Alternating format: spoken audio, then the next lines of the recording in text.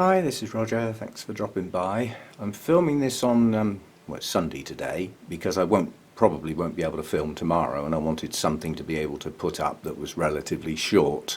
Done a couple of videos about the lights that are not on at the moment, so I can come out here without being blinded. But without proper light meters and stuff, I've got no way of truly measuring the power or not of these lights. But what I do have is reasonable eyes, which is why I can identify that that puts out a hell of a lot more light than these two. Probably than these two added together. So that's a powerful light. I can just tell that. But I thought I have got a way of doing this. I've got a DSLR.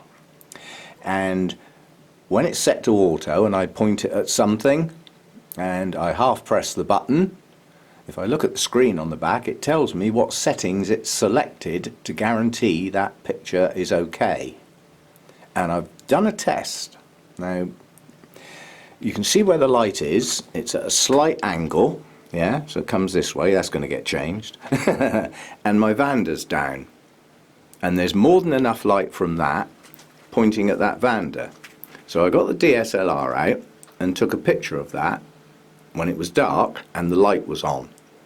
Now this morning when I came out here, before I did my Sunday morning chat, the sun was out, so it was quite bright out here, and this was in dappled sunlight, yeah? And I took another picture, and the readings on the camera were roughly as follows, because I use basically the same ISO setting, which is your that's your start point. And basically the picture in the sunlight had selected a speed of a 200th of a second and an f-stop of 2.8.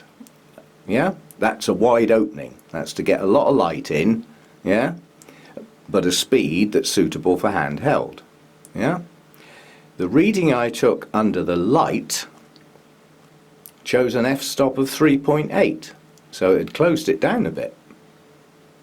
And the speed it had selected was about a 400th. An awful lot more light was coming off of that light than the dappled sunlight in the grow room, the natural light. It's a powerful light. So without going into huge details of lux or foot candles or any of the more complex flipping stuff, it's a powerful light. It's putting out more than dappled sunshine at that distance. So at that distance, that's a bit bright. I don't need that quantity of light on my plants, which means the drop-off is quite considerable. The farther away from the light you get, there's some sort of scale you can use. You know, you double the distance, you lose something like 75% of the original light from the original distance. And the farther away you get, the less that drop-off occurs. But there is quite a dramatic drop-off early on from a light source. So at the end of the day, that's a powerful light. And although there would be drop-off from up here into the depths of these shelves, it's still good light. So I think the idea of leaving it till next year is going to go out the window. I'm going to change the lights round. It's going to be a faff because of the cables, but I think I can do it. Having established that these have got a narrower beam, a more confined beam, outside of that beam there's little light at all. It's quite a concentrated angle that the light comes out at. And I think if I put one up here onto this area, that'll do for them at that distance. And then if I put that one up here at an angle, that'll get that corner, yeah, which includes cattleyas, which are quite important. If I put that up there, because of the angle the beam comes out, it's going to get that lot, all this lot, all that lot, right down to the floor. So I think it's going to be worth doing. My only problem is, are the cables on these two lights long enough to get across the roof to where I want them? I think they are. It's a faff. I mean, I've got to take all this lot down to be able to get where the sockets are, because these have got individual switches, so it didn't matter that I can't get at the plugs. Yeah, so all that lot would have to come down to get at the plugs. And this one here has no switch on it. So somehow or other I've still got to be able to turn it on and off. and obviously you can see where those sockets are. Pulling a plug out to turn it on and off is not an option, so I've got to think again. Yeah? But I think it's going to be worth doing. So that's enough about the lights. I won't be talking about them again until such time as I've made the changes, which isn't going to happen overnight, that's for sure.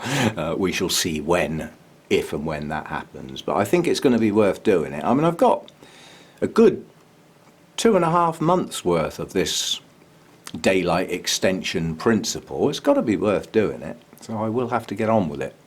But it is a bit of a faff and quite a lot of deconstruction and reconstruction in certain areas, but it's got to be worth doing. So that was just my only way of testing strength of light, is to look at the readings on my DSLR. And I've been using that. I've had that camera, well, donkey's years. I know what I'm doing with that.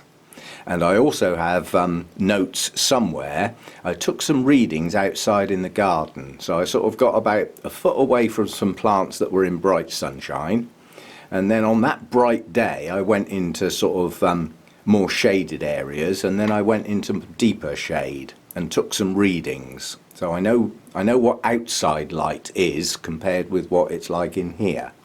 Quite honestly, the light from that on that bloom was the equivalent of sunshine outside. Yeah, so it's quite strong. So we'll work with that and see how it goes. See you next time.